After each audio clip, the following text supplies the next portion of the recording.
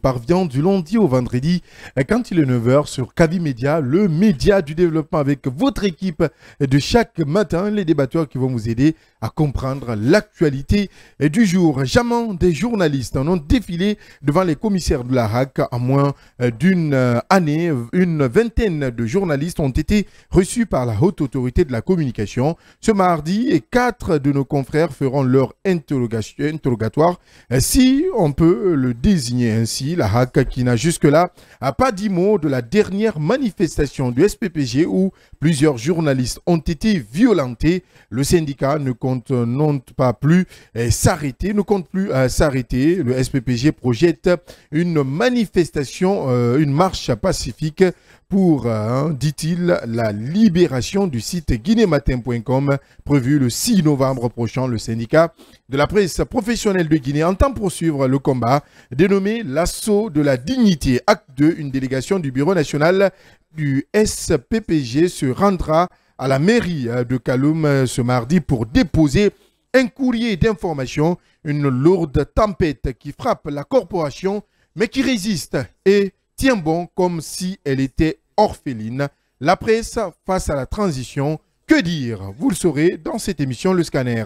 Et puis, semaine du soldat, à quelques heures de la célébration de l'an 65 de l'armée guinéenne, les hommes en treillis s'ouvrent à la population pour expliquer les avancées significatives de nos forces de défense et de sécurité, le combat noble mené par Mfamara Keïta, Noumandia Keïta et d'autres n'auront été pas vains.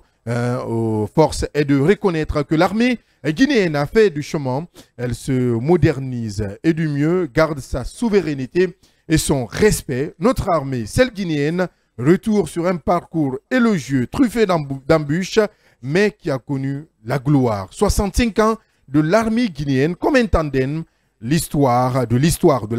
comme un tandem de l'histoire africaine, devoir de mémoire dans ce numéro du Scanner. Et la troisième journée, la journée de ce lundi, 30 octobre, hier 30 octobre 2023, n'a pas été tranquille à Dobrika, précisément. Au kilomètre 5, des jeunes ont exprimé leur ras-le-bol à travers une manifestation par catholique, des routes barricadées contre jets de gaz lacrymogène. Ils réclament le courant électrique et les routes au paradis. Oui, au paradis. En plus des véhicules caillassés, au moins 2 personnes ont été légèrement blessées et plusieurs autres arrêtées. Nous reviendrons sur cette journée de manifestation dans cette émission. Et dans la dernière partie, nous poserons cette question. Comment se portent les droits de l'homme en République de Guinée? Une question que nous tenterons de répondre dans la dernière partie. L'impunité à laquelle fait face des responsables gouvernementaux, à quelques exceptions près, le gouvernement qui n'a suffisamment pas enquêté a poursuivi ou puni les fonctionnaires qui ont commis des abus, que ce soit au sein des forces de sécurité ou dans d'autres services du gouvernement. Le déroulement du procès des auteurs présumés du massacre du stade du 28 septembre en 2009, l'arrestation de plusieurs leaders d'opinion. Notre invité est activiste des droits de l'homme. Son nom, Kali Gallo. Avec lui, nous survolerons la courbe évolutive des droits de l'homme en République de Guinée. Bienvenue dans le Scanner sur le média qui fait simplement, mais autrement.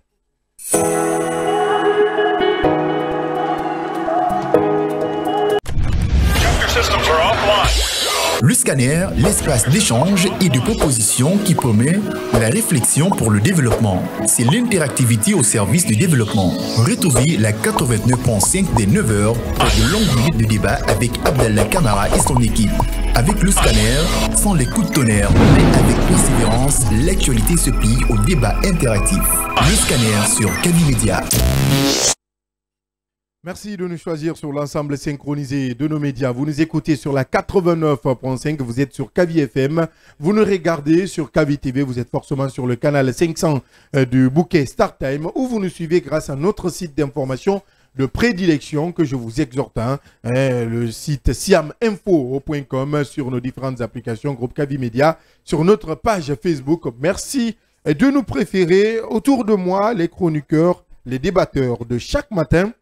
C'est le noir qui s'impose dans ce studio ce matin, je ne comprends pas. Djenab Diallo, bonjour, la ravissante, la seule voix féminine de cette émission. Ah, je rougis. Allez. Bonjour Abdallah, bonjour Yaya, bonjour à tous ceux qui nous suivent à la télé comme à la radio. Merci. Hein. Ça fait du bien de te retrouver en noir, puisqu'on est tous en noir. Bonjour. En plus, c'est bleu. Hein? Oui. Aujourd'hui, c'est un mardi de noir. Mardi noir. Attends, comme un mardi noir. Ouais, mais dis donc, je peux parler dans le cadre du système vestimentaire là. Ah bon, je comprends. Ouais, non, ben, studio, quand voilà. on parle de noir, comprends un peu. Hein. Pas dans l'autre sens. Ok, là Pas je voulais comme lire... le lundi noir de je des voulais lire... journalistes. Oui, je voulais lire entre les lignes, mais j'ai compris. Je vais éviter. Bonjour Red Chef, bonjour à tous. Oui, bonjour. On parle de ce premier sujet, hein, puisqu'on a suivi, tu parlais tantôt de ce lundi noir des journalistes. Aujourd'hui, la hack qui ne dit pas un mot, des journalistes qui défilent comme si l'on se retrouvait un 1er novembre en République de Guinée. Les journalistes qui défilent devant les commissaires de la hack. Dans ce pays, j'ai l'impression Aujourd'hui, c'est le 31. Non, j'ai dit comme si c'était le 1er novembre. Ah, ok. Le 1er novembre, peut-être que tu comprendras. Ce n'est pas l'armée qui défile, mais plutôt c'est des journalistes qui défilent devant les commissaires de la hack, Yaya Diallo. Que se passe-t-il sur ce côté? Est-ce qu'aujourd'hui, la liberté de presse est menacée? Pendant ce temps, le SPPG appelle à de nouvelles manifestations. Des manifestations qui doivent se produire, en tout cas, le 6 novembre. Des manifestations projetées sur le 6 novembre 2023. Oui, ça a tout l'air aujourd'hui. Force est de constater que la liberté d'expression est dangereusement menacée dans notre pays. Ça, c'est un constat. Et j'estime qu'encore une fois que la hack, puisque ce rôle, au-delà de son rôle régulateur, elle doit quand même protéger les journalistes face à un certain nombre de menaces. Ce qui n'est pas le cas actuellement. Et on ne voit là que quand il s'agit d'interpeller, de convoquer et éventuellement de sanctionner les journalistes. Je crois que moi, je n'arrive pas à comprendre cette attitude-là.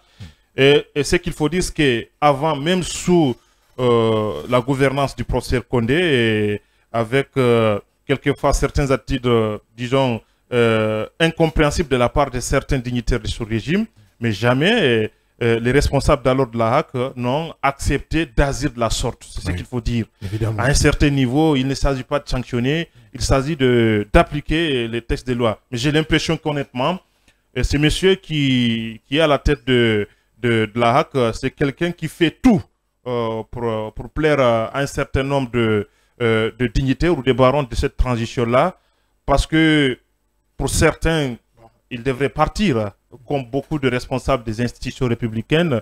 On l'a laissé là-bas. Apparemment, c'est le pacte qu'il faut respecter. Mais attention, il y a une affaire pendante au niveau de la CRIEF qui se trouve de ce côté. Bon, qu'est-ce que je veux dire? Il y a une affaire, il est face à un cas au niveau de la CRIEF. Donc, il faut aussi comprendre sa position, parce que beaucoup d'observateurs estiment qu'il y a quand même cette ficelle que les autorités tirent de ce côté. Et qu'est-ce qu'il va dire?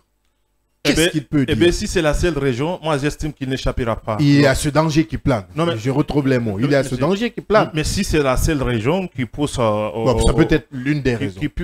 Qui pousse au doyen. Enfin, c'est une institution, c'est un ensemble des acteurs ou de responsables, des commissaires qui siègent et qui, à un certain niveau, collégialement, prennent des décisions ensemble.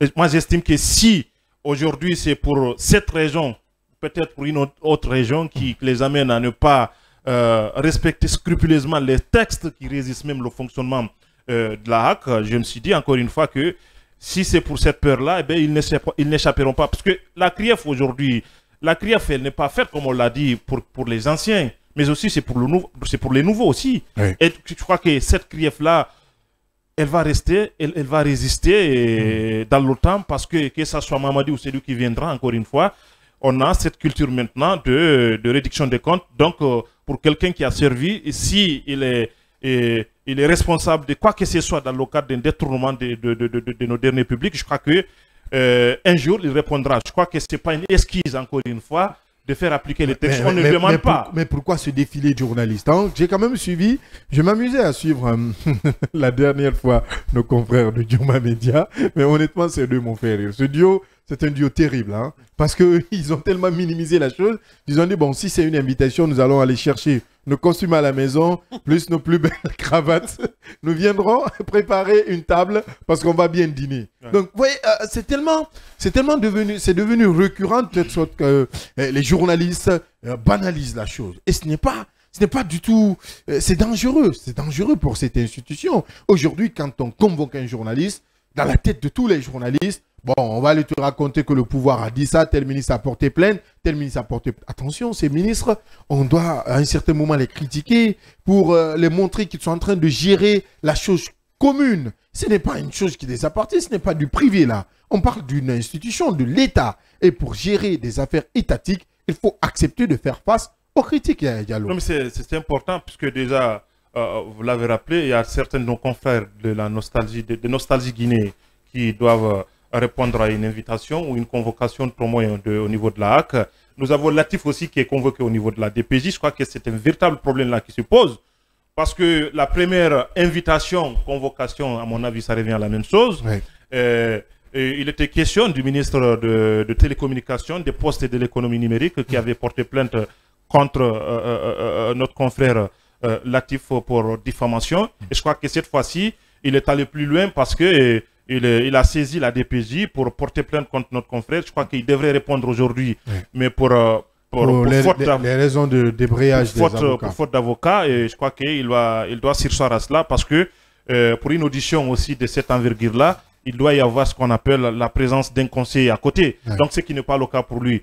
Pour les autres, jusqu'à maintenant, j'ai cherché à savoir les motifs, je n'arrive pas à trouver. Mais ce qu'il faut dire, c'est qu'aujourd'hui, il y a une véritable bataille qui est engagée contre les journalistes qui sont considérés encore une fois un peu récalcitrants parce que s'ils font des critiques quelquefois que les autorités n'arrivent pas disons, à accepter ou à digérer. C'est ça la vérité.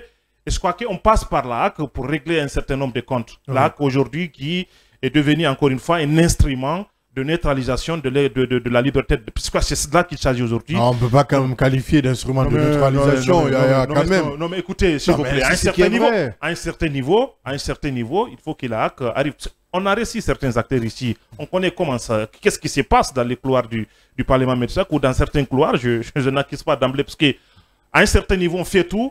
Mais quand ça arrive à chavirer, ben on dit c'est le chef on avait reçu des pressions ici et là. Des injonctions. Des injonctions. Je crois que moi, je n'accuse pas Doumbouya dans tout cela. Le monsieur, je crois que c'est un doyen qui a passé toute sa vie, ou c'est des doyens tout au moins qui ont passé toute leur vie dans ce métier-là. Ils savent à un certain niveau. C'est vrai que nous ne sommes pas en train de dire que tout ce que nous sommes en train de faire est appréciable. Il y a quelques manquements qu'il faut déplorer à l'interne, que certains confrères, le comportement de certains confrères qui n'honorent pas notre métier. Ça, il faut avoir le courage de le dire. Mais cela ne veut pas dire que ces doyens qui siègent... À tout bout de champ, on doit tirer. À tout bout de champ, il faut taper là-dessus, il faut sanctionner. Et je crois que ça, c'est un mauvais signal.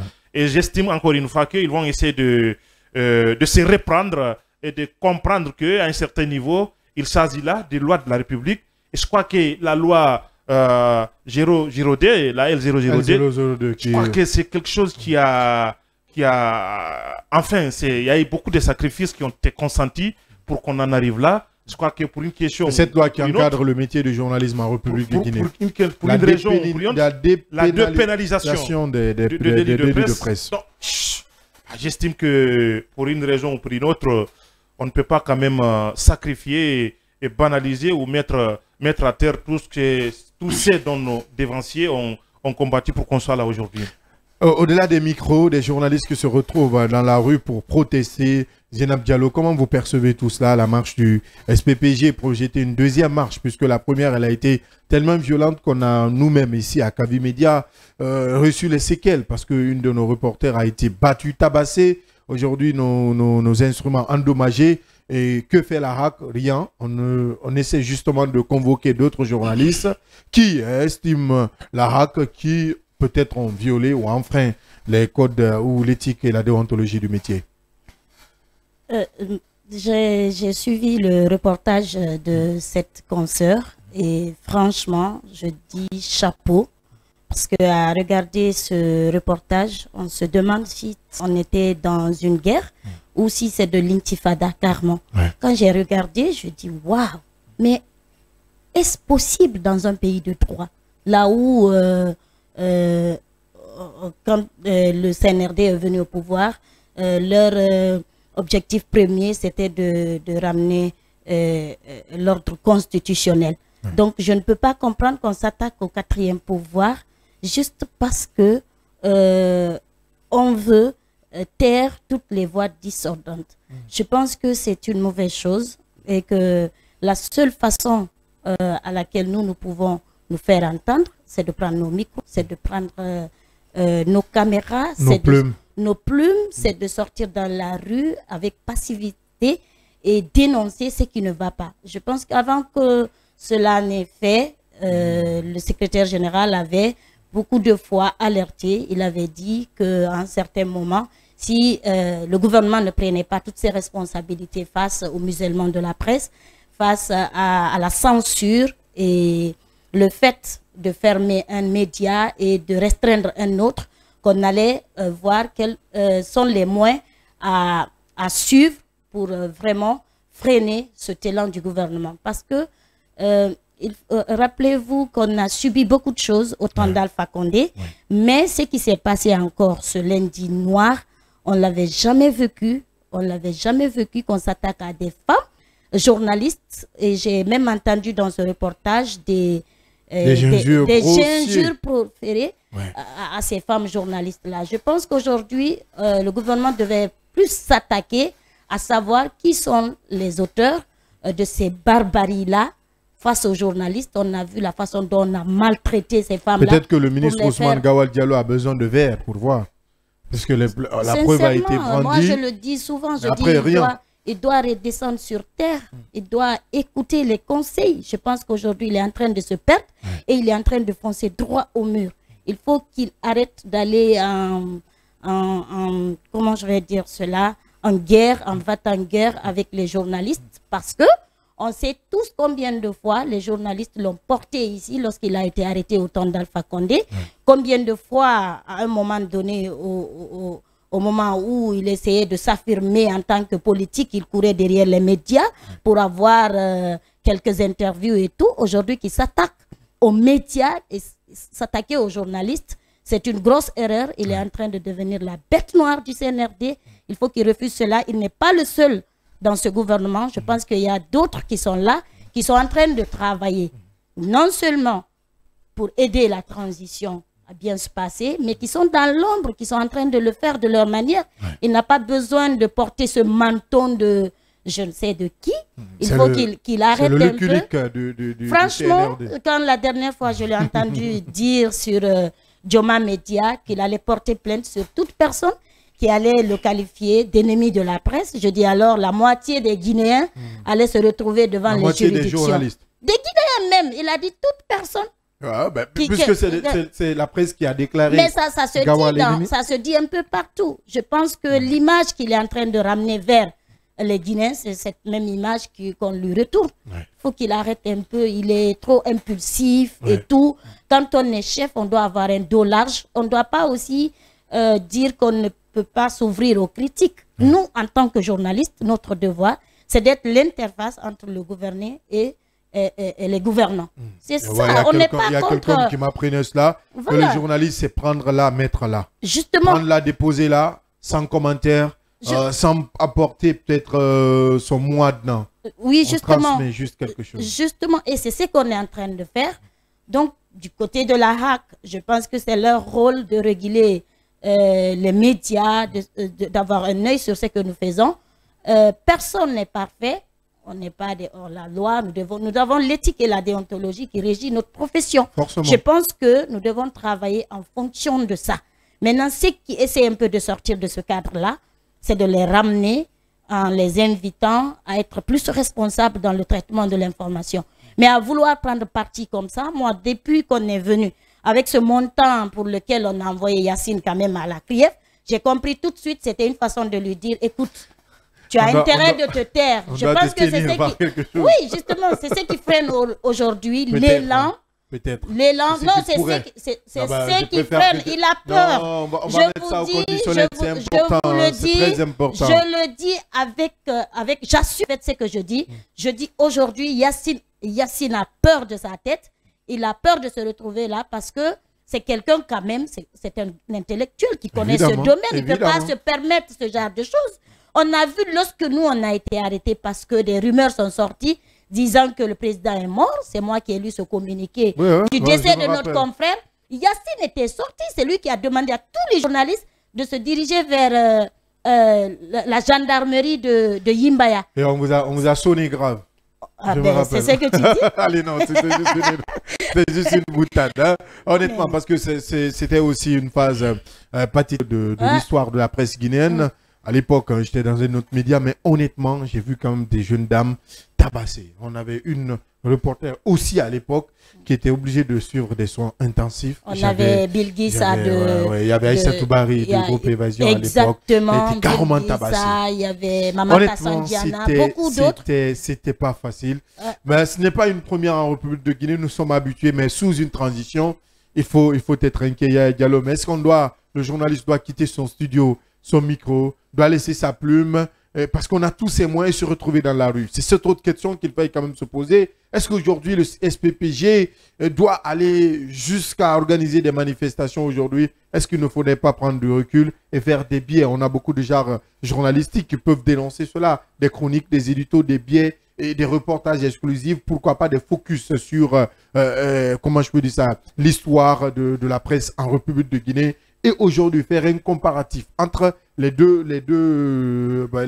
régimes qui se sont précédés pour voir est-ce que c'est le CNRD qui est en train de bâillonner ce quatrième pouvoir ou c'est le CNRD qui est en train de priver les Guinéens de cette information, d'empêcher la presse de travailler normalement à Gallo. Est-ce qu'il ne faudrait pas voir une autre issue que de se retrouver dans la rue en train de manifester ou de marcher?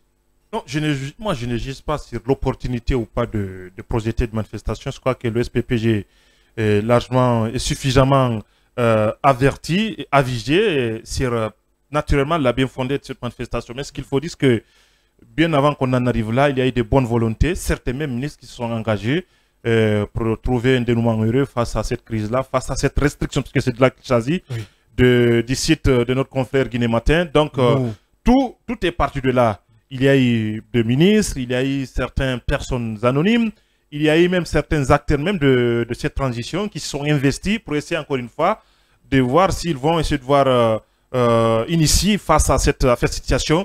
Bah, jusqu'à maintenant là, rien n'a signalé comme on le dit. Donc c'est quoi, à mon avis, c'est ce qui a amené, parce qu'il y avait quand même il y avait le SPPG qui avait observé, disons, 2 semaines d'une trêve de 2 semaines, si je ne me trompe pas. Et j'estime qu'entre-temps, on estimait, puisque nous sommes dans une république à un certain niveau, on pensait que les positions allaient être complètement rabibochées pour qu'on quitte complètement dans cette situation-là. Mais on a cru comprendre que l'auteur de cette restriction s'arc-boute sur sa position et ne veut pas céder. Et là, j'estime encore une fois que si ça perdure, c'est parce que quelque part, il bénéficie du soutien d'un certain nombre d'acteurs de la transition. Et je crois que ça, c'est assez malheureux. Et je crois que c'est maladroit de la part de ceux qui nous gouvernent aujourd'hui de suivre messieurs dans ce là. Je crois qu'il faut qu'on sorte dans cette situation-là. On ne peut pas, si c'est lui qui est l'auteur qui a été cité par le SPPG, qui est responsable de cette restriction, a des comptes personnels à régler avec le responsable du site Guinée Matin, mais qu'il règle sa entrée. Mais on ne peut pas quand même déverser un certain nombre de problèmes personnels sur tout le monde. Je crois que c'est pas évident. Et ce qu'il faut craindre, c'est que le SPPG tient à sa marche qu'il a dénommé le deuxième assaut de la dignité acte 2. Donc, j'estime que ça pose encore problème parce que là, ça concerne presque toute l'étendue du territoire national. Le SPPG, c'est une structure bien organisée et bien, disons, implantée au niveau de l'intérieur du pays. Donc, je crois qu'ils vont essayer, ils l'ont dit, d'activer toutes ces antennes à l'intérieur du pays pour que la marche soit complètement, disons, concerne complètement toute la Guinée. Donc, vous voyez très bien que ce qui risque de se passer dans ce là où nos autorités ont privilégié la confrontation, la violence et les arrestations. Je crois que ça, je crois que moi, je suis de ceux qui pensent que ça n'augure pas un bon lendemain, un meilleur lendemain. Et je crois qu'il faut que les uns et les autres arrivent encore une fois à se ressaisir. Moi, j'estime encore une fois, il y aura des gens qui pourront à un certain niveau essayer de régler bien avant que la crise. Effectivement, bien avant qu'on n'en arrive là.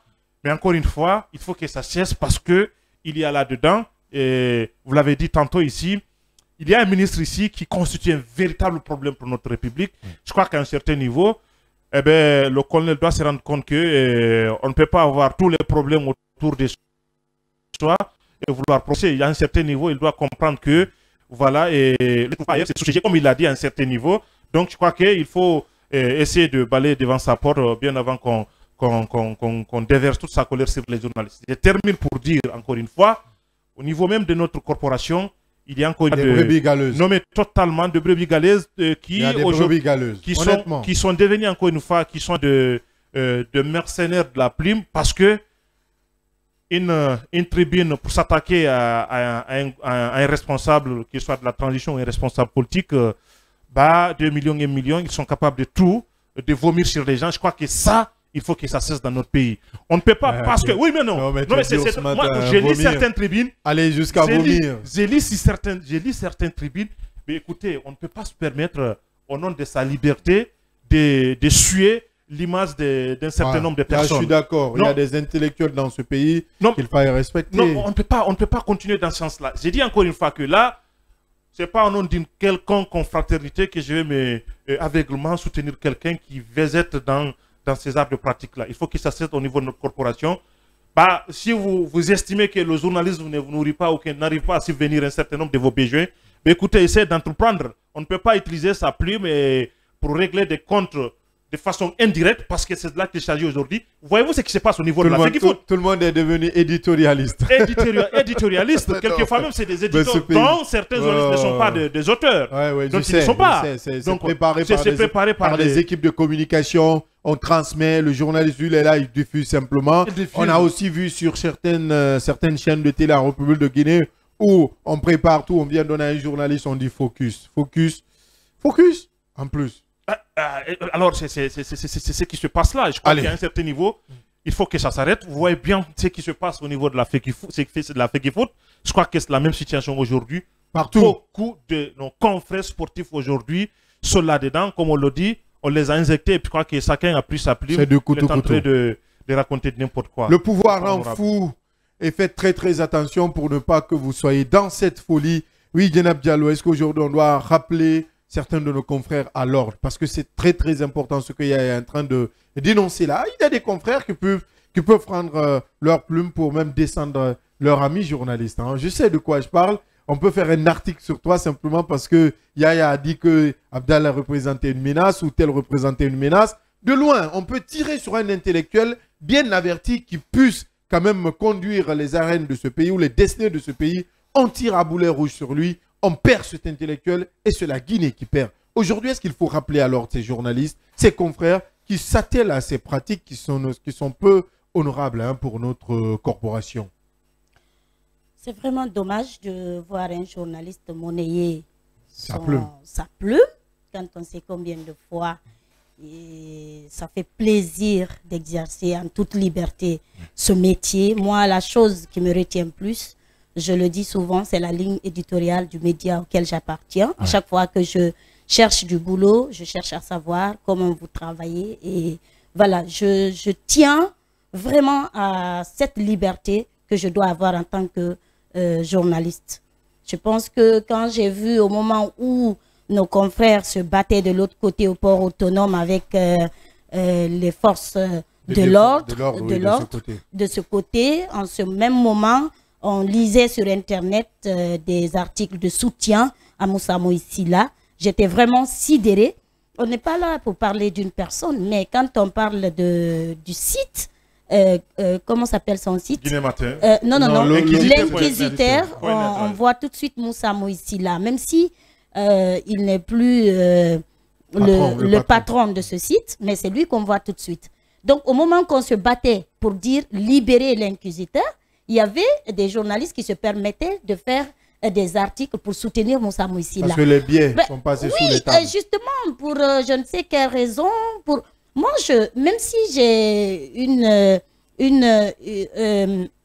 un lien particulier avec toi, Abdallah, quand il s'agit de la corporation, et je sais que c'est pour défendre toute une corporation. Il s'agit d'un principe. Je vais laisser de côté un qui est entre nous, mais je vais avec ce principe-là qui dit qu'on ne doit pas enfreindre à telle ou telle chose. Je pense que moi, j'ai travaillé avec Moussa Moïsila depuis un moment. Voilà, avant qu'il ne, ne quitte pour Espace. Mais à un moment, on a aussi marché pour Moussa Mouissila. Quand il a eu ce problème avec la muette, on a marché pour libérer Moussa Mouissila. Je me rappelle, j'ai participé presque à toutes les marches ici qui, oui, bien évidemment. Sauf celle du 16 octobre, parce que là, j'étais là-bas, je suis venue, j'étais dans le bus. C'est là que j'ai appris qu'on a pris quelques heures du syndicat et des journalistes qui étaient partis pour couvrir l'événement. Mais j'étais là-bas, j'ai failli aussi être prise, mais il ne fallait pas qu'on reste tous dans ce... Voilà, dans les geôles. Il fallait que d'autres restent là. J'ai fait des interviews avec des chaînes internationales et tout. Il fallait quand même alerter l'opinion nationale et internationale. Donc, c'est décevant. Je pense que si on avait une HAC qui était vraiment assez responsable aujourd'hui, si on avait une HAC qui avait sa hache, peut-être que ça allait aller. Ça pouvait aller parce que le début, lorsqu'ils ont commencé, on sait qu'ils ont cette façon de monitoring, de suivre tous les médias et de savoir qui est en train de dire quoi, d'être responsable dans sa communication et tout. Je pense qu'au début, cette HAC était vraiment crainte. Mais aujourd'hui, vous voyez, avec une telle banalité dans les journalistes, vous le rappelez tout de suite. Lorsqu'on a appelé nos confrères de Dioma, comment est-ce qu'ils ironisaient avec cette invitation de la HAC. Ils attendent du café au lait. Aujourd'hui, toutes les institutions sont inféodées. C'est ce qu'il faut retenir. C'est pourquoi je suis d'avis avec ceux qui pensent que cette transition doit se terminer pour donner le pouvoir à un civil qui va peut-être respecter les institutions et la justice. Parce que quand ils sont venus, ils ont dit qu'on dissout toutes les institutions. On peut bien comprendre quand ils font certains actes. C'est pourquoi il faut aller vers la fin de cette transition et donner le pouvoir à un civil. Transition, mandat Mara, comme le dit le FNDC. Attention à nos faits et gestes. Une transition derrière. Nous parlons de la semaine du soldat. L'armée guinéenne célébrée 65 ans après sa création.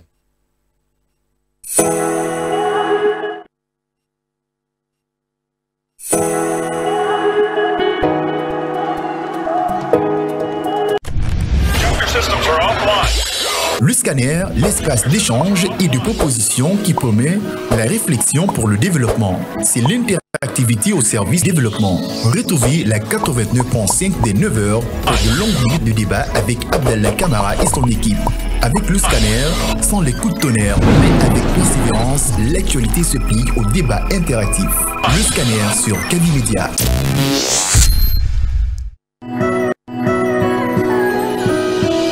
Dans un monde médiatique où la seule critique prospère, où les solutions sont voilées, le scanner de Kaby, comme la fossile du preux chevalier, écarte le rideau du nuage et laisse s'exprimer le soleil et la vérité. Le scanner, c'est l'émission du débat constructif. Le scanner sur Kaby Média.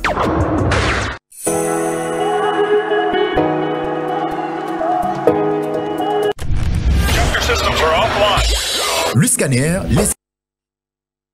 Vous êtes sur Kaby Média, le média du développement. Nous sommes dans la deuxième partie de cette émission. Nous parlons de la semaine du soldat à quelques heures de la célébration de l'an 65 de la création de l'armée guinéenne. Les hommes en treillis s'ouvrent à la population pour expliquer les avancées significatives de nos forces de défense et de sécurité. Diallo, aujourd'hui sur l'esplanade du Palais du Peuple, c'est comme une exposition pour les forces de l'ordre, pour faire découvrir les différents corps qui se retrouvent dans l'armée guinéenne aux populations, puisque même moi, je suis perdu. Oui, totalement. Je crois que c'est une longue histoire.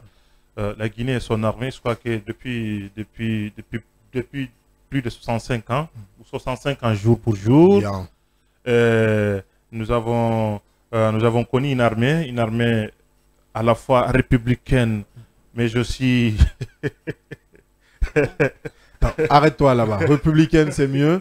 Parce que, mais aussi, ça va créer carrément des problèmes. Mais aussi le contraire. Républicaine, je préfère. Allez. Un peu moins républicain parfois. On parle de la grande muette là. Attention.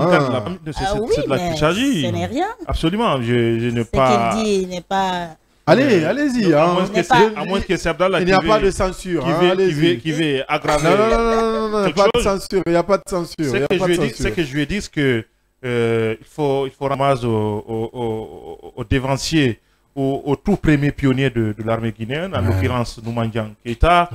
Et je ne peux pas citer tous ces gens-là qui ont quand même conçu cette armée-là et qui ont essayé encore une fois de mettre en place cette armée-là. Je crois que c'est important. Hein. C'est important, c'est pourquoi j'ai dit la Première République, avec tout ce qu'on peut dire de lui quand même, c'est cette Première République-là qui quand même a mis en place beaucoup de choses dont on est incapable à un certain niveau de protéger et de pérenniser. Parce que c'est de là qu'il s'agit aujourd'hui. Avec la Première République, on n'avait pas la République de Guinée, c'était un pays. C'est la Première République qui a fait de telle sorte qu'on soit un État.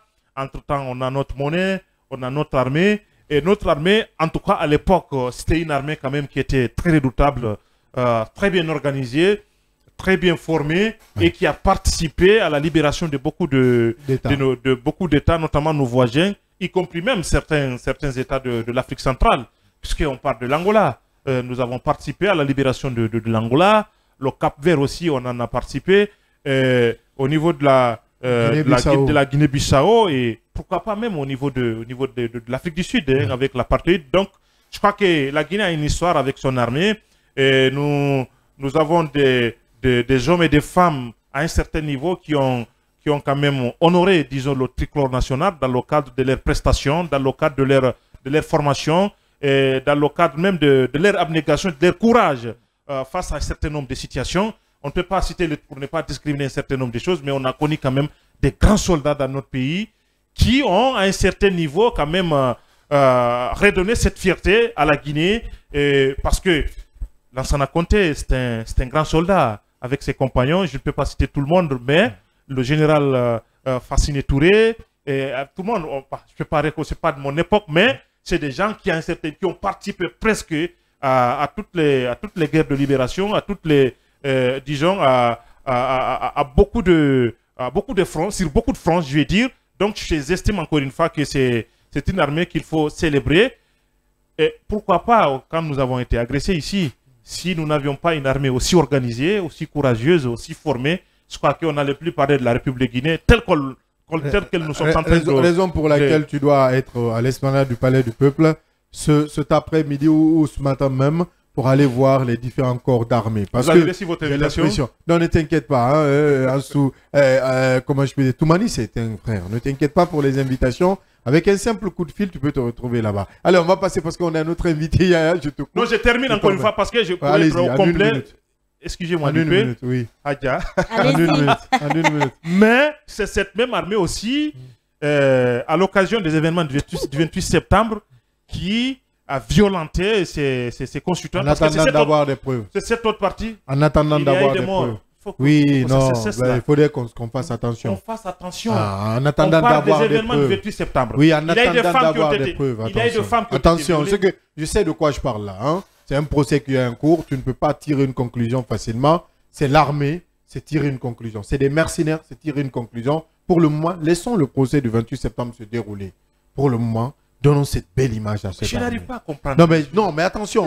Je sais pourquoi je te parle. Nous sommes quand une affaire est pendante devant la justice, il ne faudrait pas se précipiter à donner une conclusion. Tu ne peux pas dire que c'est l'armée directement. Attention.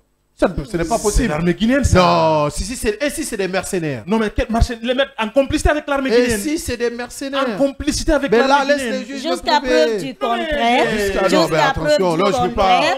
Je ne pourrais pas. Non, quelquefois, j'ai l'impression que tu ne vis plus. Non, je ne vis plus sur cette planète. Alors, Yaya, tu peux aller avec tous ces témoignages. Merci. Tu peux illustrer tous ces témoignages qui sont en train de se faire. Oui.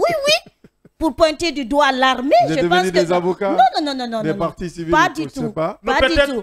Mais ce qu'il est en train de dire, c'est vraiment important parce qu'aujourd'hui, il y a un climat de méfiance totale entre les citoyens et l'armée guinéenne. Ceci est un fait quand même. Tu ne peux pas me dire que... C'est une réalité. Évidemment. À travers, alors, laissons pour le moment la justice faire son travail pour le 28 septembre. Mais parlons de ces cas de manifestation. Je suis d'accord. Depuis combien d'années? Depuis plus de 10 ans. Combien de Guinéens sont tombés sous les balles de cette même armée? Parce que moi, je me dis que si on n'arrive pas à diligenter des enquêtes et nous dire qui sont les coupables, Jusqu'à preuve du contraire, nous allons continuer Est-ce que encore à accuser l'armée. Est-ce que c'est une opportunité pour l'armée guinéenne de se rapprocher de sa population? C'est une opportunité, je le disais en off-suite. Ouais. Je dis, si je n'étais pas en studio, aujourd'hui, j'allais partir vers cette armée pour mieux la découvrir. Ouais. Peut-être qu'il y a des facettes que nous ne maîtrisons pas. Parce que ce que nous voyons aujourd'hui, c'est une armée brutale, une armée qui n'a pas pitié de sa population. Imaginez, c'est ce qu'elle reflète aujourd'hui. Ouais. Imaginez qu'autour de nous, personne ne dira qu'il n'a ni un frère, ni une soeur, ni un ami ou une connaissance qui se trouve dans l'armée. Mais dès que... déjà. Oui, mais nous avons tous des frères. Nous en avons tous. Nous avons des amis. Dès que tu as une connaissance ou un parent qui se retrouve tout de suite dans l'armée, il y a ce que les Malinké disent, Akilikura. L'esprit change tout de suite. Ouais. Ce n'est plus la même personne. Et je pense que ces gens-là reçoivent une éducation différente de la nôtre. Évidemment. Voilà, mais ceci ne les appelle pas à être quand même violents envers nous. Je pense que c'est une opportunité pour l'armée de se rapprocher de sa population. Je ne connais pas les différents corps de l'armée. J'aurais bien aimé être là pour connaître tout cela et que briser ce mythe qui existe aujourd'hui. Et je pense qu'autour de cette semaine, on peut profiter pour vraiment demander pardon à la population. C'est important. Demander pardon. Il y en a eu ici 2 enquêtes qui ont abouti là où on a dit il y a un gars qui était mort à Bambeto qu'on avait tiré dessus à un moment. On avait dit que c'est un certain, j'ai oublié le nom, un gendarme qui avait tiré sur lui et tout. Je pense qu'il y a beaucoup de dossiers qui doivent suivre le même chemin. Pour demander pardon, il faut qu'il y ait la vérité d'abord. Mais en attendant, il faut rétablir ce climat-là. Ouais. Parce que moi-même sur Internet, tu m'envoies une demande, je vois que tu es de l'armée, je supprime tout de suite. J'ai tout de suite peur. J'ai cette psychose. Non, mais sérieux, hier, je parlais avec un ami, il est du corps, je lui disais, ah, attention, hein, j'ai peur. Il me dit, mais pourquoi? Pourquoi tu as peur? Je ne peux m'expliquer. Non, j'estime qu'il y a une volonté, pas peut-être Abdallah, peut-être il veut peut-être. Je vais éloigner les procès des événements du 22. Escamoter certainement mes propos, mais je ne suis pas en train de dire quelque chose du mal. Non, je sais, c'est vrai. Je suis en train de rappeler des faits. Non, je te rejoins. Je suis en train de faire. Moi, tout est-il que je reste fier je suis très très fier de cette armée-là. Mais ce qu'il faut dire, c'est qu'il faut encore une fois essayer d'identifier les causes. Les causes, c'est quoi? Premièrement, d'abord, c'est parce que tous ceux qui ont échoué dans la société aujourd'hui se retrouvent presque dans l'armée. Je dis presque tout le monde. Oui. Tous ceux qui sont devenus un problème pour la société, on dit, ben, automatiquement dans l'armée. Oui, en Guinée, tous les grands criminels dans le quartier, on dit, ben, écoutez, sa place de l'armée. En Guinée, c'est ça. Si c'est comme ça, c'est le malheureux constat. Si c'est comme ça, écoutez, et par ailleurs, de l'autre côté, les plus intelligents, c'est dans l'armée. Oui, les gendarmes sont l'armée, avant tout d'abord, c'est l'intelligence. C'est ça. Voilà. Donc aujourd'hui, c'est ce qui fait qu'aujourd'hui, vous imaginez quelqu'un qui est habitué à poignarder des gens dans le quartier, à attaquer, à brigander. Vous voyez très bien que des coupés de comme ça, on les déverse dans l'armée. Si tu rallonges cette liste, aujourd'hui, tu n'auras que tes yeux pour pleurer. C'est une occasion. C'est une occasion. Je sais très bien là où tu veux aller. Très bien. Parce que là, je t'enverrai à Cancan. Arrête-toi là-bas, c'est important pour toi. Non, je m'arrête là. C'est important. Je m'arrête là. Ce qui fait qu'aujourd'hui, chez des gens, à mon avis, on les a mis ils sont au niveau de l'armée avec l'esprit entre guillemets, des assassins autorisés, parce que c'est des gens déjà bien avant qu'ils ne soient dans l'armée, ils le faisaient et pas. Écoutez, on amène de tels individus au niveau de l'armée. Vous avez, disons, la possession de votre arme légalement. Écoutez, quand on dit ces gens-là d'aller maintenir l'ordre ou de faire quoi que ce soit, je crois que c'est une liberté tacite qui leur est donnée, un permis de tirer sur les gens. Je crois qu'aujourd'hui, encore une fois, j'ai confiance du point de vue expertise et compétence de notre ministre de la Défense, qui est en train de réformer beaucoup de choses, qui est en train de revoir beaucoup de choses. Je vois très bien que tu m'énormes, mais c'est notre général. Notre général Abouakar Sidiki Kamara, il est en train de réformer. Et l'autre nom, avec lui, aussi Idi Amin. Oui, alias Idi Amin. Il faut le dire encore une fois, c'est quelqu'un, ben écoutez, il est en train de transformer cette armée-là, mais j'aurais bien voulu qu'il essaie encore une fois de prendre compte de cette situation, ce qui fait qu'aujourd'hui, ça va faire assez difficile, voire même impossible d'avoir une armée complètement républicaine. Parce que, puisque aujourd'hui, la réalité est qu'aujourd'hui, on a presque tout au niveau de l'armée, ce qui fait qu'on a presque tous les problèmes au niveau de nos forces. Il faut quand même saluer. Hein, non, il faut saluer les efforts. Moi, je ne suis pas revenu sur tout ça parce que Yaya a fait une très belle rentrée concernant l'image de notre armée, surtout à l'international, chez nos voisins et tout, comment ils sont venus à un moment à soutenir ces États-là. Je pense que c'est pourquoi à chaque fête, c'est l'occasion pour le gouvernement d'élever certains de nos officiers, comme l'a fait cette année encore. 3 de nos officiers sont élevés au rang de généraux de division. Je pense que c'est une bonne chose, de la dignité nationale. Mais je crois que ce qu'on est en train de dire, cette semaine-là, devait permettre à l'armée guinéenne de se remettre en cause, d'écouter les médias, de tirer des conclusions, parce que c'est important. Tout n'est pas critique.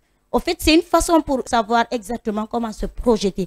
Ils ont dit que cette semaine sera une semaine au cours de laquelle on va parler des acquis, mais aussi des perspectives de l'armée. C'est important d'écouter les médias, des spécialistes.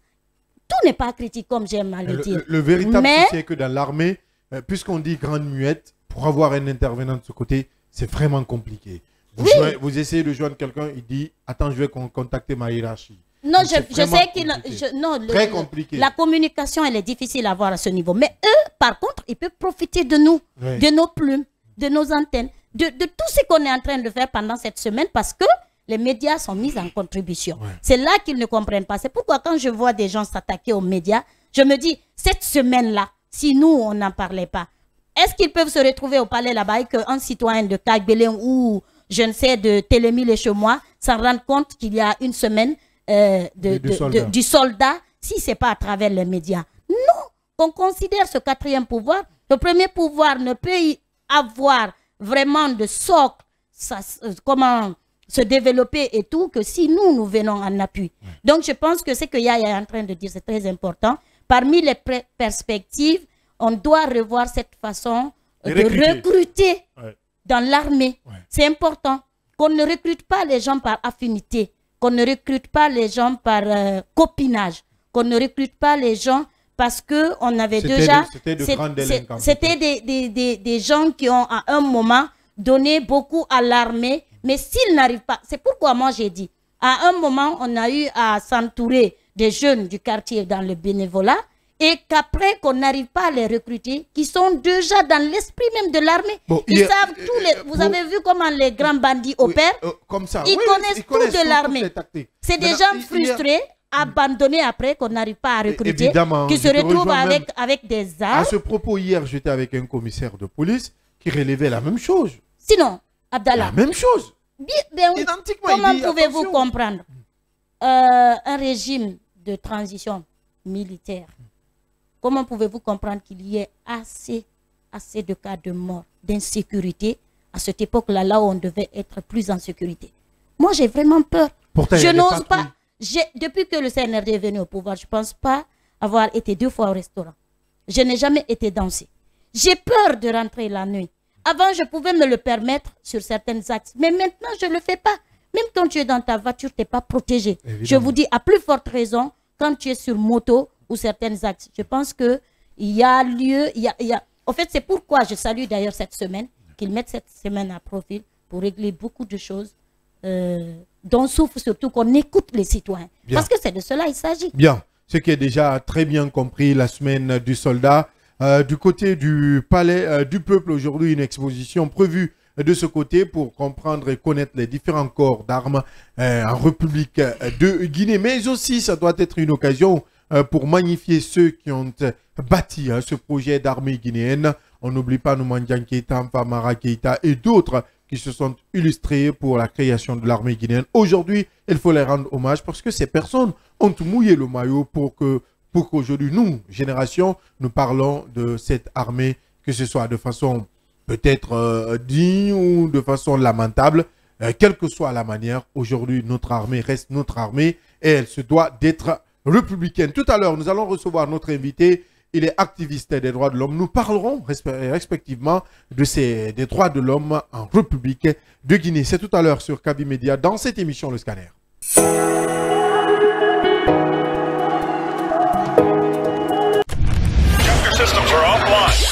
Le scanner, l'espace d'échange et de proposition qui promet la réflexion pour le développement. C'est l'interactivité au service du développement. Retrouvez la 89.5 des 9 heures de longues minutes de débat avec Abdallah Kamara et son équipe. Avec le scanner, sans les coups de tonnerre, mais avec persévérance, l'actualité se plie au débat interactif. Le scanner sur Kaby Média.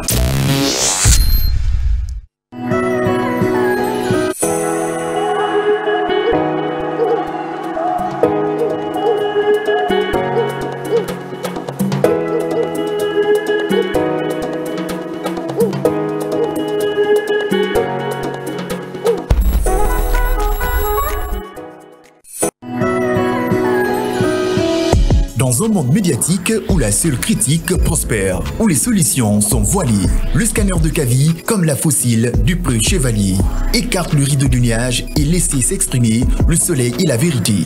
Le scanner, c'est l'émission du débat constructif. Le scanner sur Kaby Média.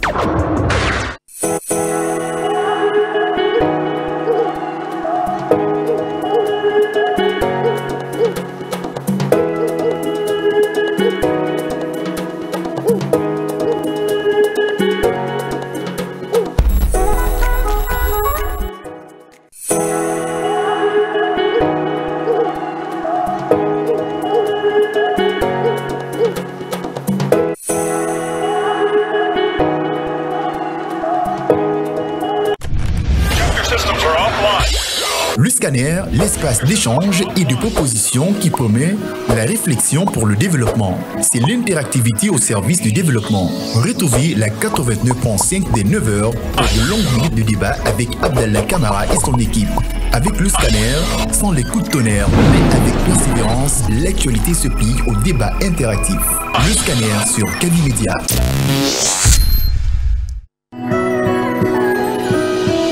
Dans un monde médiatique où la seule critique prospère, où les solutions sont voilées, le scanner de Kaby, comme la fossile du preux chevalier, écarte le rideau du nuage et laisse s'exprimer le soleil et la vérité. Le scanner, c'est l'émission du débat constructif. Le scanner sur Kaby Média. Dernière partie de cette émission, le scanner, vous le savez déjà, il est dans nos locaux et dans ce studio avec nous. Il est activiste des droits de l'homme. Avec lui, nous parlerons de comment se portent les droits de l'homme en République de Guinée. Son nom, Monsieur Kali Diallo. Monsieur Kali Diallo, bonjour, bienvenue dans cette émission Le Scanner. Bonjour, merci de m'avoir invité. Nous rappelons que vous êtes activiste des droits de l'homme, membre de la Bayonote intelligente. Effectif. Aujourd'hui, on parle des droits de l'homme en général. Une façon pour nous de contribuer à ce combat, puisque aujourd'hui c'est un combat régalien qui concerne les différents États du monde. Aujourd'hui on parle de droits de l'homme. Si vous devez analyser la situation en République de Guinée, que diriez-vous? Ou que direz-vous?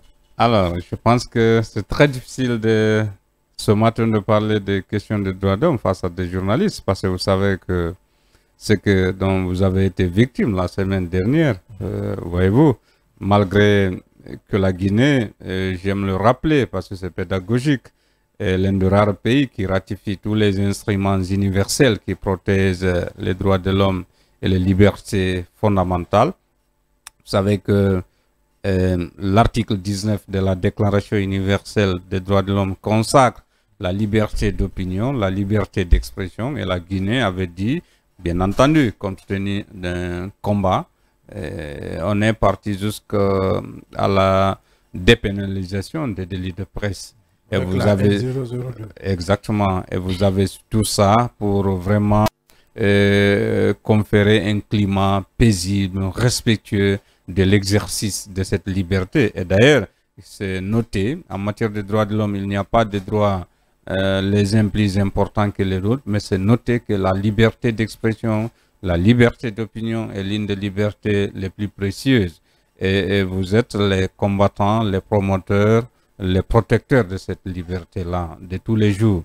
Et je pense que dans ce que vous avez été victime est symptomatique, si vous voulez, de l'état actuel du respect des droits de l'homme en République de Guinée.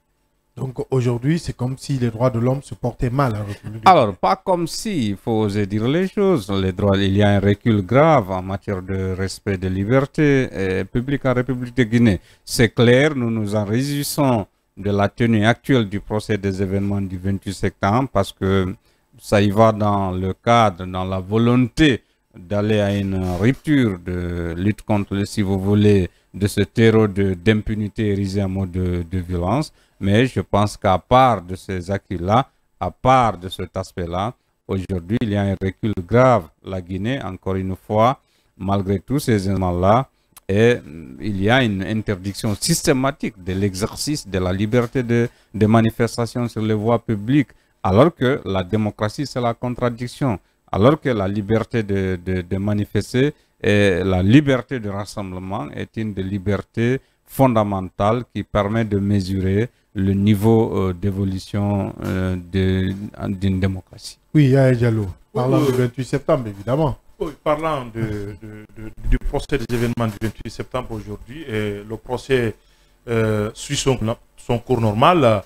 Nous avons franchi des étapes, c'est-à-dire la comparution des prévenus, ensuite aussi vos témoignages, les parties civiles. Il nous reste encore certaines étapes, notamment deux les plus importantes.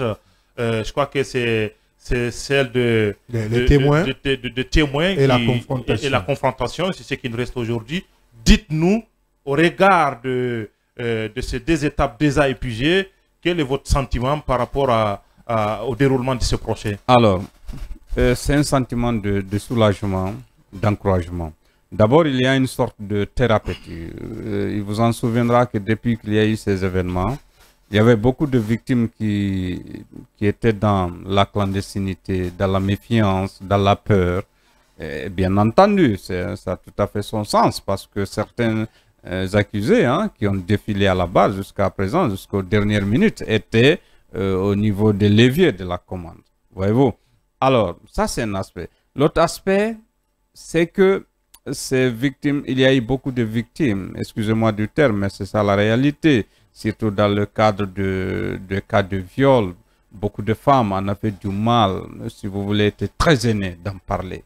Et c'est la culture de la société, même s'il faut encourager cette fois-ci, parce que la peur et la honte là doit changer de camp. C'est celui qui n'a pas eu la volonté, s'il n'a pas eu la dignité de respecter la dignité de l'autre, qui doit avoir peur ou honte. Ce n'est pas la victime.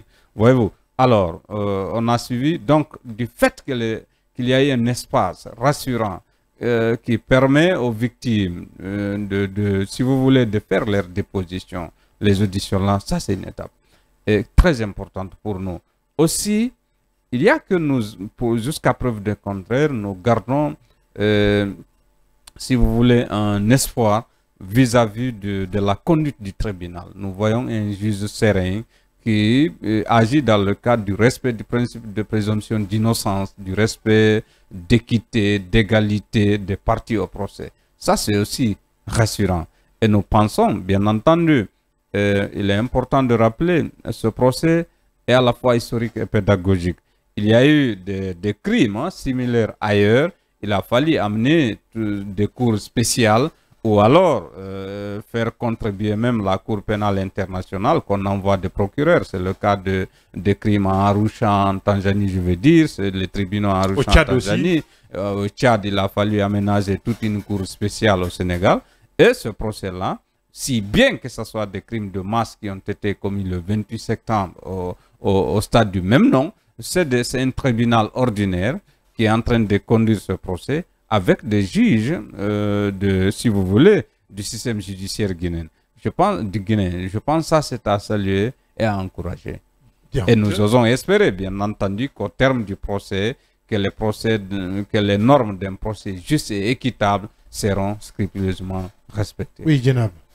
Bon, avant de finir l'étape du procès du 28 septembre, je vais aborder un autre sujet, mais j'ai une question pour vous concernant cela. On vous a vu en tant que victime à la barre. Dites-nous, qu'est-ce qui vous a motivé, vous, en tant que victime, de venir et d'apporter votre part de vérité témoigner? Alors, deux aspects. Le premier aspect, je pense que il est de la responsabilité de tout un chacun de nous de contribuer pour qu'il y ait la manifestation de la vérité. Parce que nous pensons ce procès-là, s'il arrive au terme en respectant les normes d'un procès juste et équitable, il pourrait contribuer à une sorte de réconciliation nationale afin que les Guinéens puissent retrouver l'unité nationale. Ça, c'est un. Deuxièmement, vous savez, je disais tantôt, hein, depuis qu'on a suivi ces questions de torture, ces sévices-là, on n'avait pas eu le temps, un espace favorable à extérioriser, si vous voulez. Ça, c'est notre déposition constitue pour nous comme une sorte de thérapie vis-à-vis des séquelles dont nous vivions pendant durant toutes ces années. Et l'autre aspect qui est aussi qu'il faille noter, c'est que nous voyons maintenant que nous avons une sorte d'espoir, de confiance, d'exprimer ce que nous avons subi, tout en espérant que justice sera rendue. Du point de vue forme, je vais parler de la composition de la Cour, je vais parler même de certains acteurs de la transition d'alors qui n'ont pas comparé. Vous, en tant que parti, puisqu'on l'apprenait même au niveau de la partie civile, il y avait cette contradiction-là. Est-ce que vous êtes satisfait de la non-présence ou de la présence de certains acteurs de la transition? Alors, un petit rectificatif, ce n'est pas une cour, hein, c'est le tribunal ordinaire, le tribunal de première instance de Dixine qui est là, si bien qu'il soit délocalisé à la cour d'appel, mais c'est le tribunal qui est en train de dérouler le procès. Alors, vous savez, ça c'est une des difficultés des procès de masse. Vous disiez tantôt vous-même le cas de Housssein Habré, il y a eu plus de, je crois, c'est plus de 8000 victimes. Mais c'est un échantillon qu'on a entendu. On a entendu, je crois bien, si j'ai bonne mémoire, c'est 1000 victimes qui avaient défilé, si vous voulez, devant la barre. Voyez-vous? Et les événements du 28 septembre, il y a plus de 400, aux environs de nos jours, on parle de 1000 victimes. On est à plus de 100 victimes. Ça, c'est un échantillon important. Maintenant, je pense qu'il y a eu quand même des acteurs sociopolitiques qui disons, qui ont fait leur déposition. Peut-être qu'à la phase de témoignage, il y en aura d'autres. Mais, encore une fois, nous gardons espoir par rapport au déroulement, la manière du déroulement du procès. Est-ce du point de vue, allez-y. Les prévenus au niveau du tribunal, parce que j'ai entendu Maître Hamidou Bari dire qu'il aurait bien voulu qu'on procède à la réqualification de faits et éventuellement faire venir certains acteurs, pas les moindres, de la transition d'alors. Est-ce que vous êtes d'avis pour la manifestation totale de la vérité? Alors, il y a la question, la forme, il y a la question du fond et parfois aussi il y a ce qu'on appelle le réalisme. Alors, selon, si vous voulez, l'acte de renvoi qui a saisi le tribunal, qui est en train de saisir et de juger ces événements-là, si vous voulez, ces personnalités dont Maître Hamidou parle ne sont pas citées.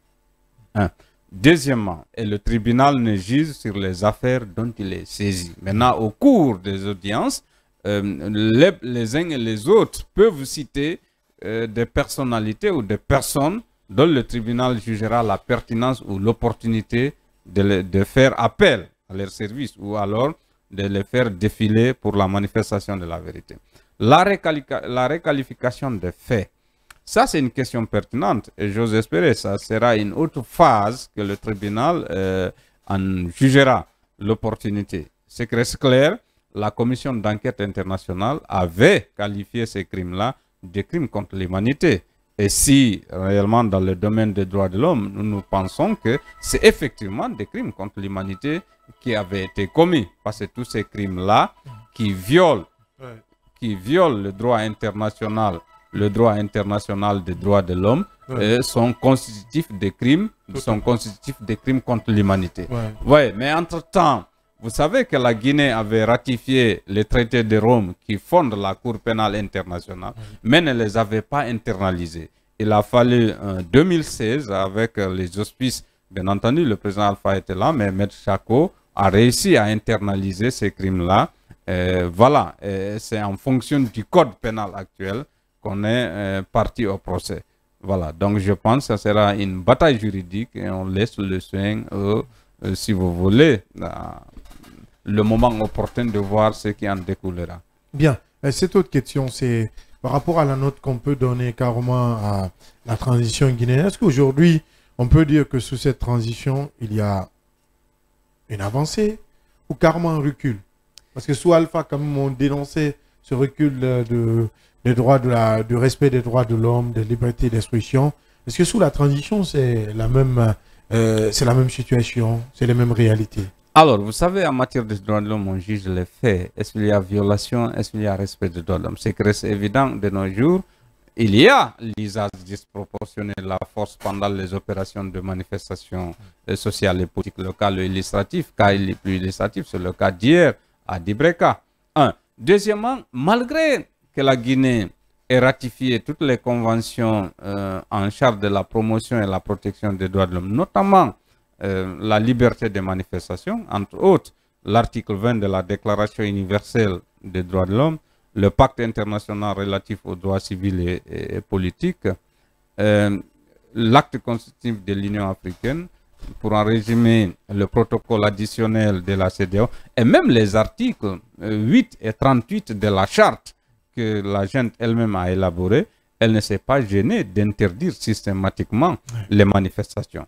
Alors, voyez-vous, donc, et les journalistes qui étaient, même en tout cas au temps du professeur Alpha Condé, pendant longtemps, ils brandissaient comme, si vous voulez, trophée de guerre, c'est que pendant son temps, au Sénégal, il y avait des journalistes en prison, ailleurs, il y avait des journalistes en prison, qu'en Guinée, ce n'est que vers le début du 3e mandat qu'il y a eu des journalistes en prison, voyez-vous. Et aujourd'hui, les journalistes, même si vous n'en avez pas en prison, mais la répression des journalistes, elle est effective, même si le gouvernement disait qu'on ne peut montrer une image qui pourrait illustrer cette violence-là, cette répression. Voyez-vous, donc aujourd'hui, nous disons que, d'ailleurs, une transition, la vocation première, c'est le travail pour un retour à l'ordre constitutionnel. Malheureusement, aujourd'hui, c'est comme si on ne fait pas cela ni une priorité, même à plus forte raison, c'est-à-dire on ne le relègue même plus au 3e rang, à plus forte raison au 1er rang. Et ça pose problème. Ça, c'est une grande problématique par rapport à la suite des respects des droits de l'homme, parce que qui sait, en matière pendant toutes les transitions qui se sont déroulées en République de Guinée, des violences graves des droits de l'homme ont été enregistrées.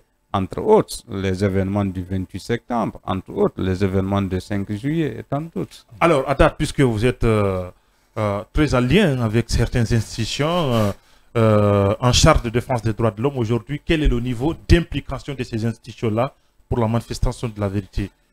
Alors, je précise que dès le lendemain des événements du 28 septembre, il y a eu l'Union européenne qui a mis des fonds au niveau comment on appelle, de la FIDH, la Fédération internationale des droits de l'homme, et à travers l'OGDH en Guinée ici, et beaucoup d'ONG, ce qui nous a permis d'avoir les témoignages, que, voyez-vous, une forme de pression jusqu'à la tenue de ce procès aujourd'hui. Mais pas plus tard qu'hier, je lisais un rapport de Amnesty International qui parlait de la violation. Je pense que la dame nommée Boy doit relever de votre groupe de médias. Mariam Boy-Bari et Mariam Sall et tant d'autres. Amnesty International s'est réellement interrogé et a dénoncé cette barbarie-là dont vous avez été victime le 16 octobre.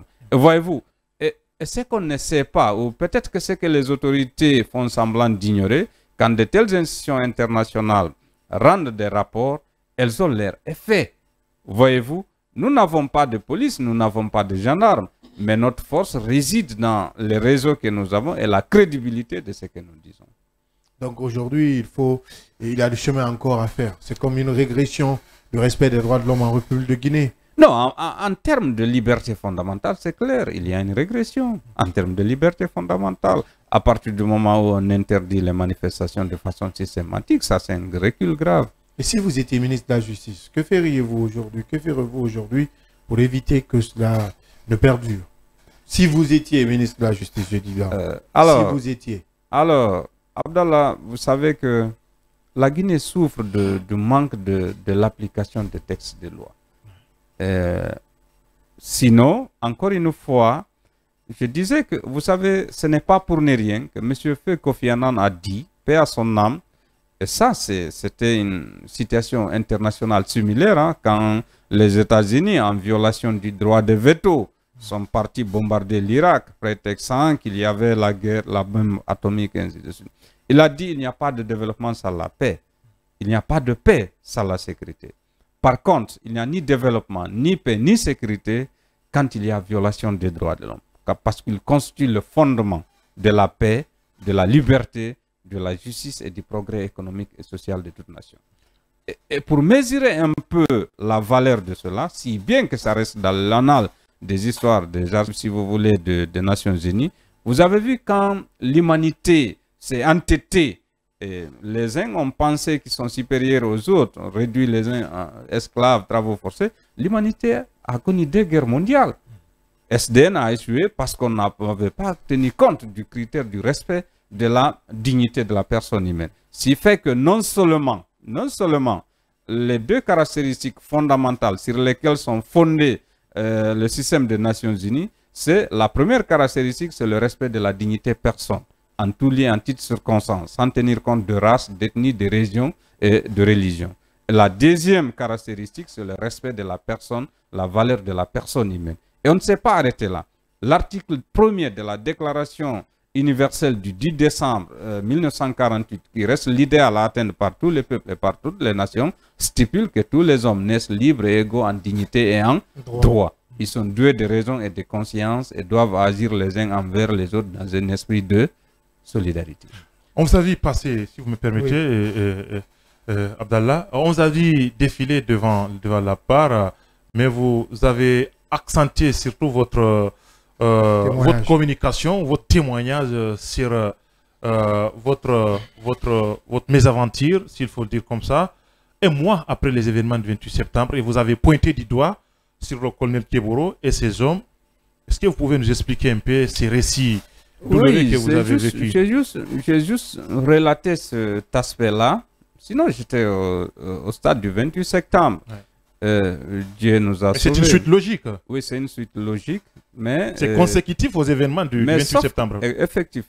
Mais sauf que nous avions pris la conscience, l'initiative de dire que nous devons faire quelque chose pour éviter la Guinée de basculer dans une situation de guerre civile.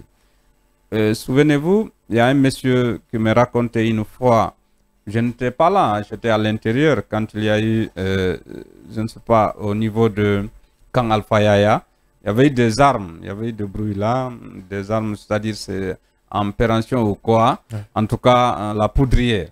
Vous avez vu, il y a eu une maman, elle a confondu son bébé et le chat. Ouais. Elle est partie jusqu'à Amdallah. Quand elle arrivait dans une famille, elle a pensé faire, quand elle a levé, c'est-à-dire, c'était sur le dos, hein, maintenant voulant faire téter l'enfant, elle se rendit compte que ce n'était pas son bébé. Voyez-vous? Voyez-vous? Donc, nous avions, après les événements du 28 septembre, il y a eu un drame, des crimes contre l'humanité qui ont été commis. Mais les choses ne se sont pas arrêtées le 28 septembre. Il y avait d'abord un problème, un grave problème, parce qu'il y avait, il n'y avait aucun dialogue, aucun contact. Voyez-vous? Et nous avons dit, même les 2 guerres mondiales dont je parlais ici, finalement, on s'est retrouvés autour de la table pour trouver la solution. Voyez-vous? Et il y avait la chasse au sortir et beaucoup d'acteurs sociopolitiques blessés, certains exilés, d'autres en traitement, et les exactions continuaient. Nous avons dit, attention, il faut essayer d'alerter l'opinion.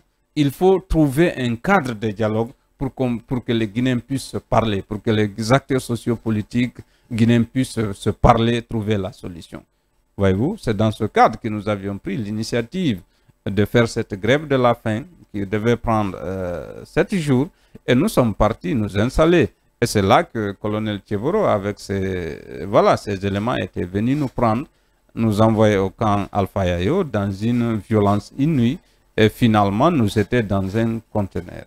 C'était pourquoi? Est-ce qu'on vous avait dit pourquoi cette violence exercée sur vous? Alors, disons que c'est quelqu'un qui était dépassé honnêtement, par la vision, la conviction. Parce que nous fondions notre combat de non-violence sur ce que nous avons étudié un peu de Mahatma Gandhi. Hein, et je n'ai pas manqué de le rappeler à la barre. Aujourd'hui, Mahatma Gandhi est l'apôtre de la grève de la faim. Et Martin Luther King, Nelson Mandela, ils ont tous réitéré que Mahatma Gandhi a été leur source d'inspiration. Il a été la seule icône à faire la grève de la faim. Il a subi la violence pendant son combat. Sauf que aujourd'hui, le 2 octobre est consacré. C'est une journée mondiale des Nations Unies qu'on appelle journée de la lutte non violente. Elle est consacrée à la naissance de Mahatma Gandhi. Et voyez-vous, Mandela, le 25 juillet, le Mandela Day, est consacré à la naissance de Nelson Mandela.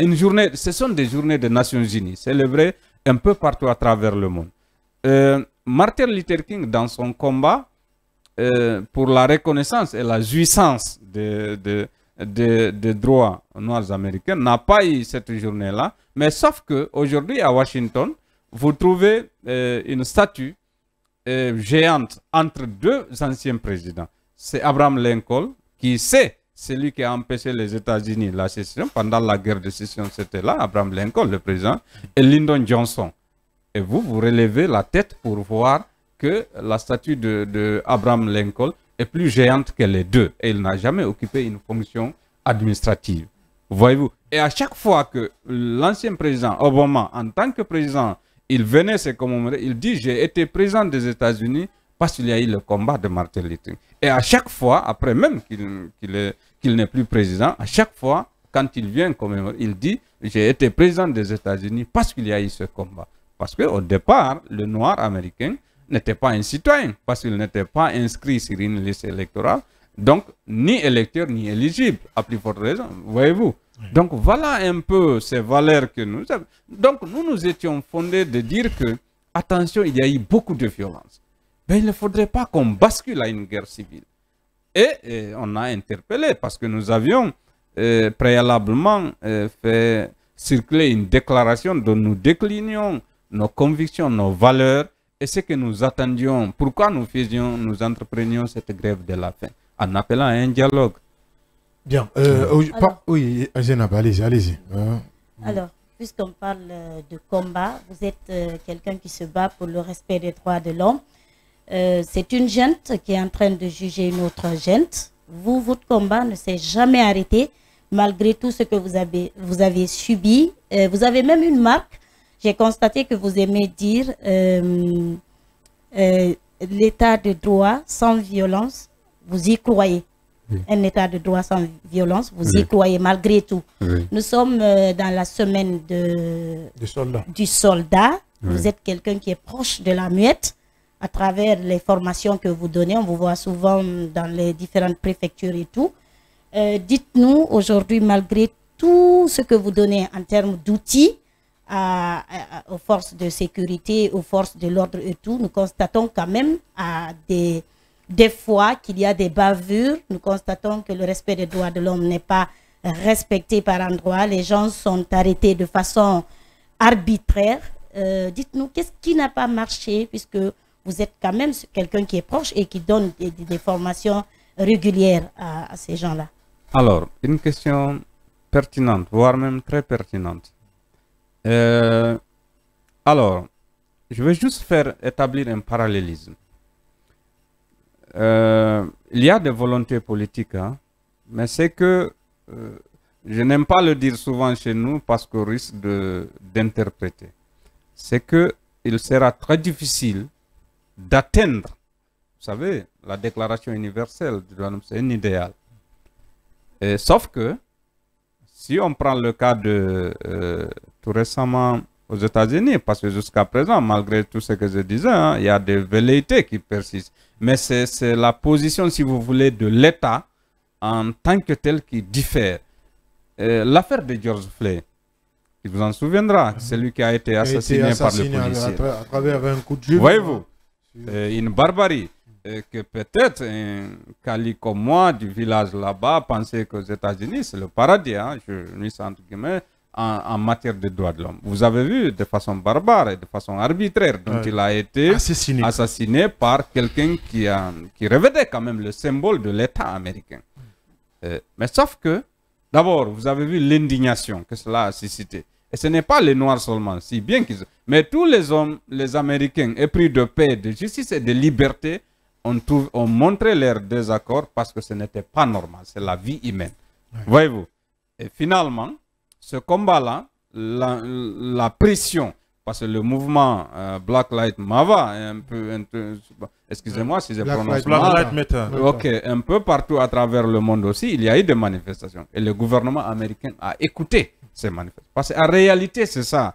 La manifestation du 16, on devait vous écouter, vous recevoir et dire voilà quelles sont vos préoccupations et voir, vous promettre comment le gouvernement devait voir comment la restriction de ces libertés, là, je parle de ces sites-là, Guinée Matin et Inquisiteur, parce que c'était vos revendications. Dans un état de droit, c'est comme ça que ça doit marcher. Voyez-vous, donc comme tu tenu de ces multiples pressions, d'abord, jusqu'à cette date, de meurtre comme ça, c'était la loi américaine prévoyait homicide volontaire. Et il y a une différence, parce que là, la peine c'est jusqu'à 10 ans, au maximum. Et comme tu tenu de la pression, le procureur était obligé de requalifier les faits, dire que meurtre. C'est ce qui a prévalu à Éric Chauvin, donc le policier, à plus de 20 ans de prison. Voyez-vous? Et l'État ne s'est pas arrêté là. Puisque celui qui l'a commis a commis au nom de l'État, alors que l'une des obligations fondamentale de tout État en matière de droits de l'homme, c'était protéger les citoyens et leurs biens. On a plus de 25 millions de dollars dans les contribuables des citoyens américains, donc dans le paquet de l'État pour indemniser la famille de Éric Chauvin. De George Floyd, autant pour moi. Voyez-vous, c'est qu'il y a des velléités jusqu'à présent. Hein, on a vu Trump vouloir même remettre la démocratie américaine en cause. Voyez-vous. Alors, mais chez nous, de nos jours, qu'est-ce qui n'a pas marché? D'abord, le sérieux problème, il y a un manque de volonté politique réelle d'aller à cela. Ça, c'est un aspect. Le manque de volonté politique, c'est un aspect. Aussi, il y a que nous sortions du parti unique, la pensée unique, où on admet difficilement la contradiction. Difficilement. Alors que la démocratie, c'est la contradiction. Non seulement les dirigeants, dans la mesure où ils ne gèrent pas les biens de leurs parents ou de leurs aïeux, c'est le contribuable, ils doivent être soumis au principe de redevabilité. Donc, ils doivent accepter les critiques objectives. Voyez-vous? Donc, ça, c'est des aspects. Maintenant, ce qui n'a pas marché, nous avions, à travers le projet La Baïonnette Intelligente, avec lequel nous avions eu beaucoup de difficultés d'accès à la grande miette, le premier président du comité civilo-militaire au sortir des événements de janvier-février 2007, qui avait vraiment fragilisé les relations civilo-militaires en République de Guinée, souvenez-vous, on taxait même les militaires comme étant des bissaguins en République de Guinée, et nous l'avions approché, il dit, bon, il y a une problématique fondamentale, c'est l'instrumentalisation des forces de l'ordre par les politiques. Et ça, c'est un aspect.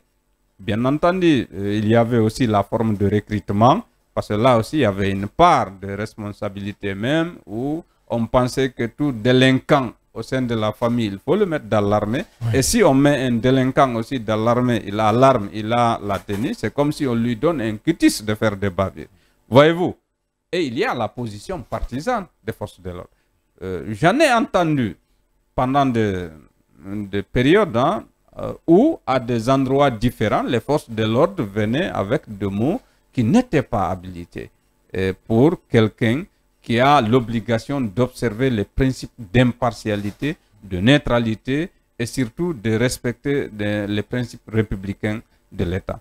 Alors, aujourd'hui, mais malgré toutes ces difficultés, je résume deux choses. Il y a au sein des forces de sécurité celles qui sont absolument attachés au respect de valeurs républicaines, qui sont vraiment sensibles aux questions des droits de l'homme.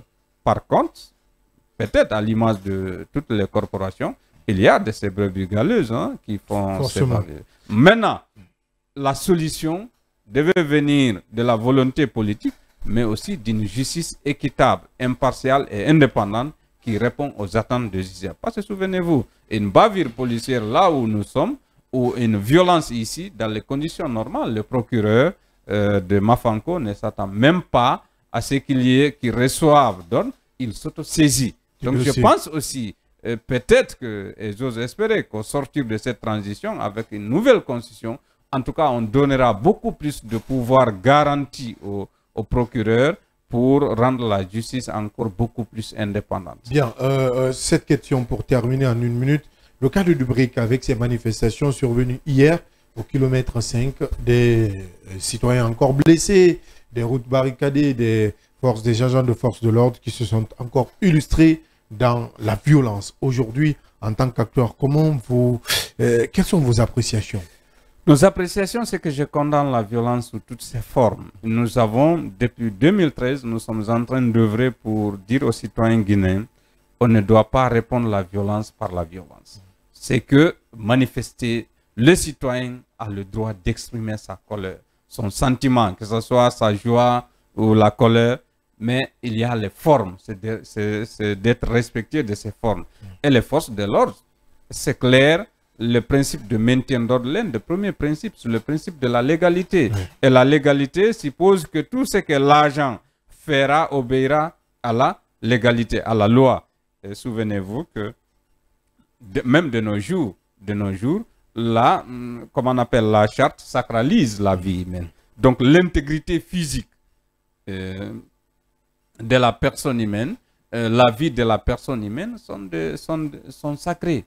Elles sont sacrées. Donc en tout moment, en tout lieu, en toutes circonstances, on doit les préserver. Oui. Maintenant, on peut commettre des infractions, c'est de les interpeller dans les formes prévues par la loi et de les présenter à qui de droit pour que justice soit rendue. Voilà comment nous pourrions construire cet état de droit. Bien. Vos attentes par rapport à ce procès, puisque vous êtes constitué partie civile? Non, c'est qu'il y ait justice et réparation. C'est que dans tous les pays du monde, quand il y a violation des droits de l'homme, c'est que les victimes ont droit à la connaissance de la vérité, à la connaissance de la justice et à la réparation. Bien, Monsieur Kali Diallo, il est un activiste des droits de l'homme et il était notre invité de ce mardi. Merci Monsieur Diallo d'être passé dans cette émission. À moi de vous remercier, ce n'est qu'un devoir. Merci Djenab Diallo. Merci beaucoup. Merci à Diallo. Merci. C'est une histoire de Diallo. Merci à l'équipe technique du jour, Omar Diallo, Idiba, à la régie radio, Mamadou Diallo, Kande Sanko et notre Nkorofode, à la régie télé, Melika Sita Otaek, Assanso, Vabako Ivogi et Robert Kourouma, infographie Traoré Ibrahim, à la production Alpha Taïboussila et notre infatigable Michel Wamounou. On se reprend demain, même heure, même fréquence, avec la même énergie et surtout avec d'autres acteurs de la vie nationale. Prenez soin de vous, restez en compagnie des programmes du groupe Kavi Média, le média du développement. Au revoir.